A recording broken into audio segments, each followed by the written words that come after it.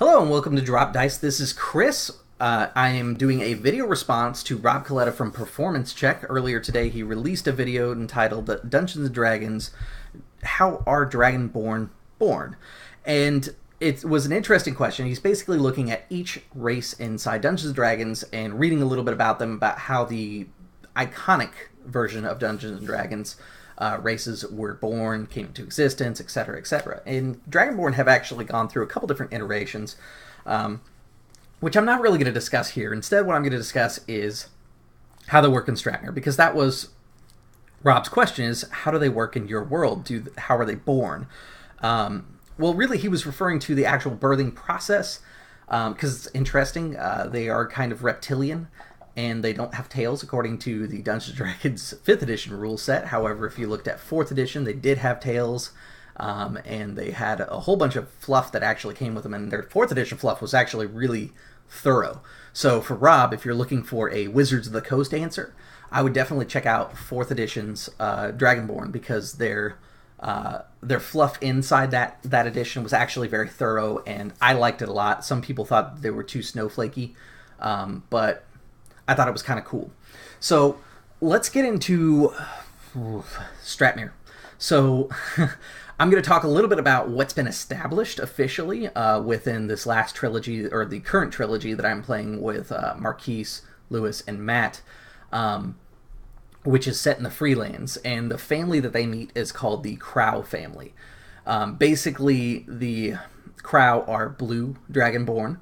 And there are a couple facts that have been established that I'd like to touch on, and then I'm going to explore a little bit more about what it means to be Dragonborn within Stratmur, basically to kind of push this video along and hopefully help out Rob on his search for what are Dragonborn inside his own setting.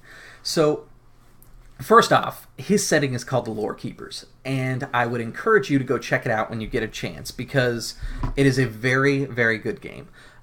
The third session should be coming up, so if you haven't caught it, this is a great time to catch up, because there's only 2 sessions you have to catch up on, and I promise you they are very entertaining and they'll fly by, and you'll be very excited for the 3rd episode, which is what I'm waiting for. So definitely excited to see that coming around the bend soon. Let's talk about the Crow family, what has been established first, and then I'll talk about some of the more details. So the Crow family is ruled by a matron. And this is actually super standard for the Dragonborn within Stratmur. Essentially, all Stratmur-born Dragonborn are born into a matriarchal society. And the idea is that there is a female in charge, and I'll go into detail about what qualifies that female to be in charge, but she is the one who is responsible for laying the eggs. So to answer the question, Rob, in the shortest, most definitive way, they are born in eggs. And the way that the eggs are born is usually a clutch of 6 to 10 eggs per clutch. And the Dragonborn actually do not have a warm enough body to be able to keep them warm. So what they've done in the ancient past is the dragons that created them would sit on their eggs for them. However, they've also learned that they can place their eggs in fire. And so long as they keep the fire going, that will keep the eggs warm enough. And when the eggs are about to hatch, the eggs are removed from the fire and set upon a stone that is along the outside of this fire pit to keep it warm while it's hatching. Once the baby breaks free, the egg is removed from the fire pit so that it doesn't get killed or anything like that, and it is actually brought to full term. Because they are reptilian in nature inside my world, they are carnivorous from birth. They don't drink milk.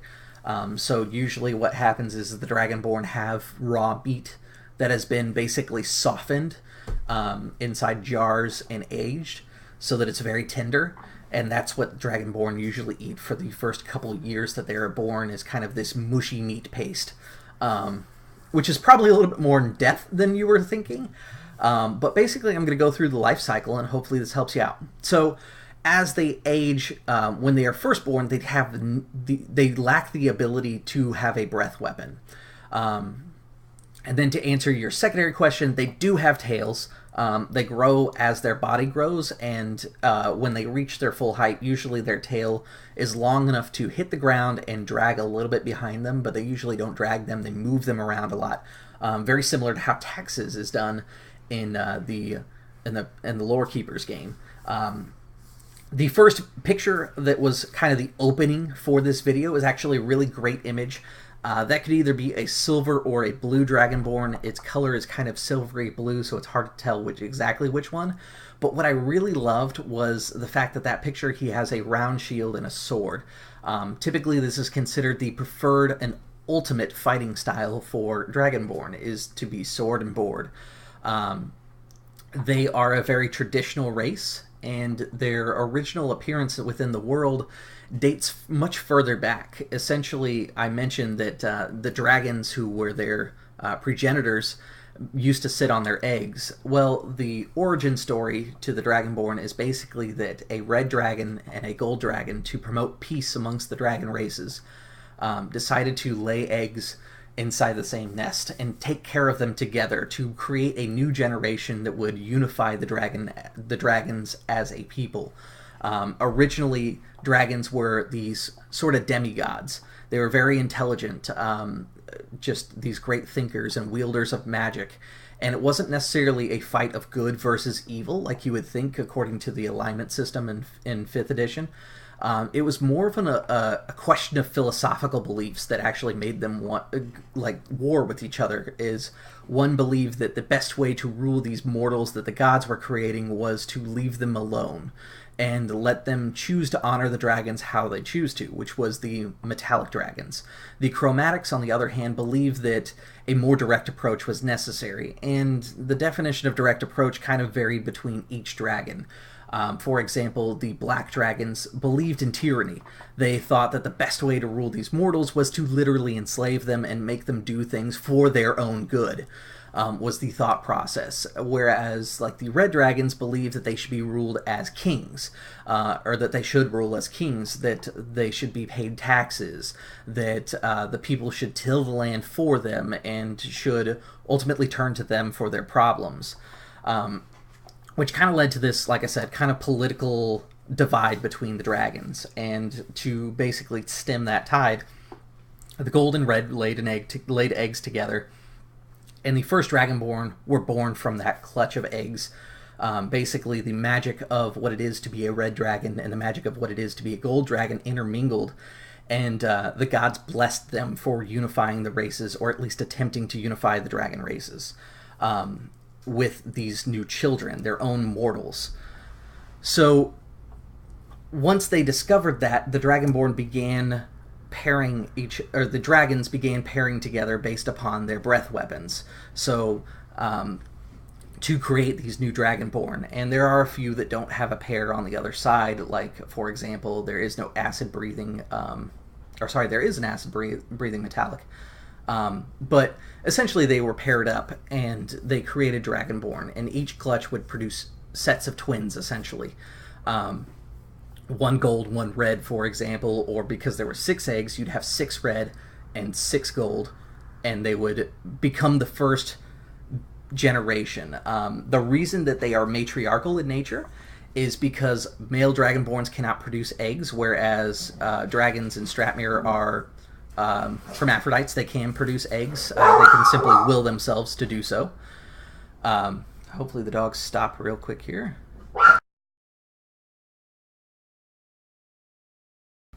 Sorry about that. So the dragons in Stratmur can change their form, can change their nature as well, and pretty much any of them can produce eggs. However, Dragonborn lack that ability, so the males are considered to be the protectors of the nest, and the females are the ones that are the ones that can carry on the genetic code into the future. So instead of being a patriarchal society that protects its women and treats them as objects, they kind of went the opposite direction, and they became a matriarchal society where the women rule, and the ones that have the strongest genetic coding basically are the leaders. They are the matriarchs inside this weird quasi-matriarchal eugenic society, which is neat. Basically, how a matriarch is determined is who has the strongest, most potent, or most accurate breath weapon.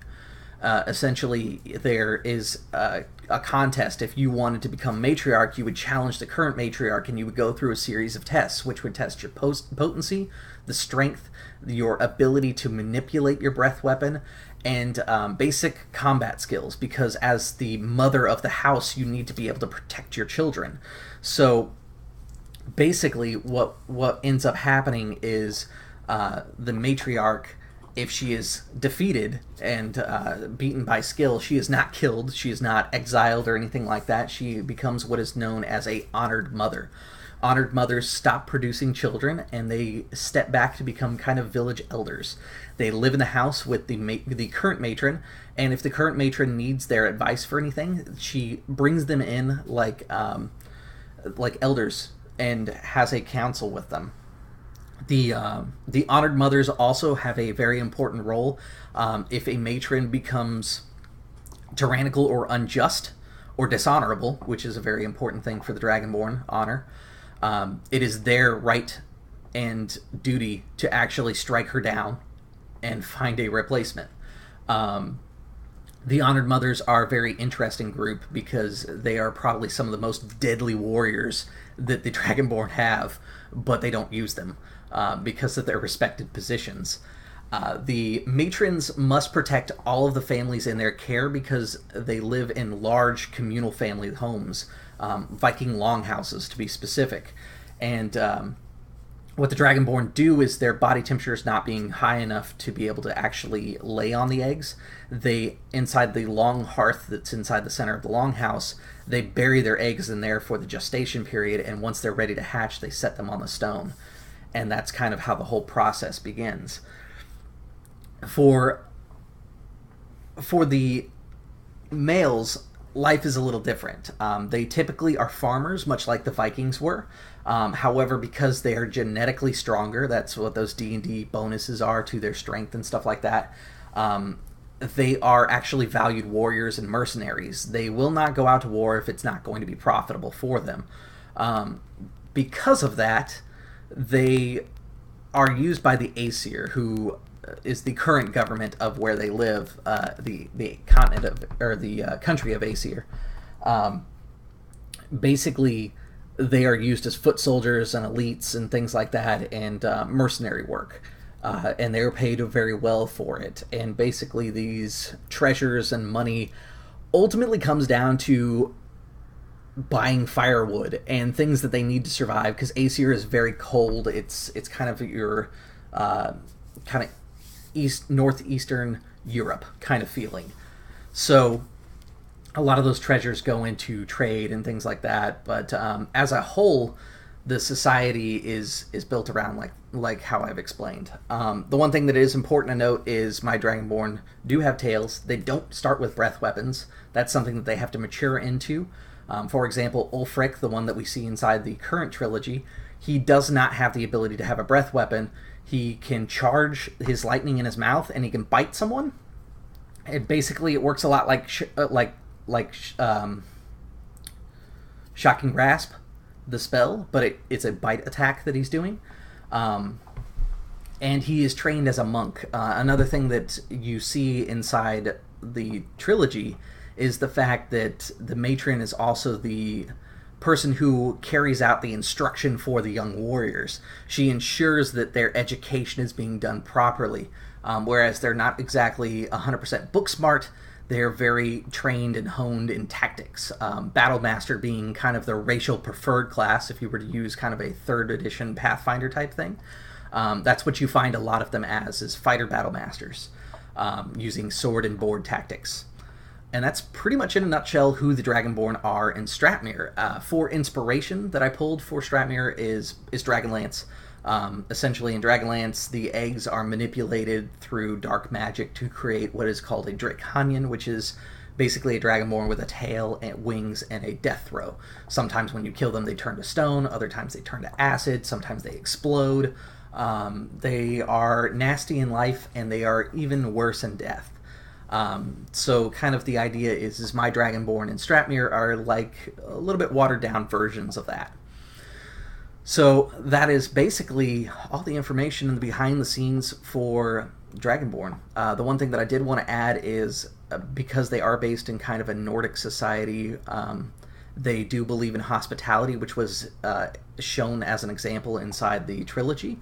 And they have a strong fear of the gods. The reason that they do hospitality is because any stranger that walks in your home could be a god in disguise, so you must treat them with respect. On the flip side, they also expect that the stranger will treat their home with respect, which is why I made mention to the fact that they are being very inviting to them, to the party, and that they fed them, and that they made sure that they were very comfortable and things like that. That is, in a nutshell, what it's like to visit a Dragonborn house.